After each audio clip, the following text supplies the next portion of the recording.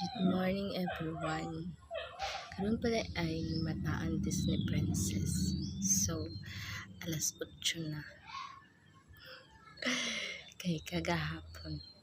Nanginhas mihas ta kaing kapuya.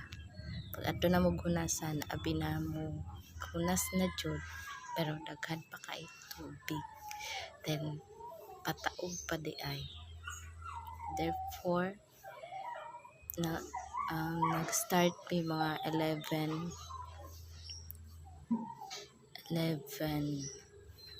sa morning.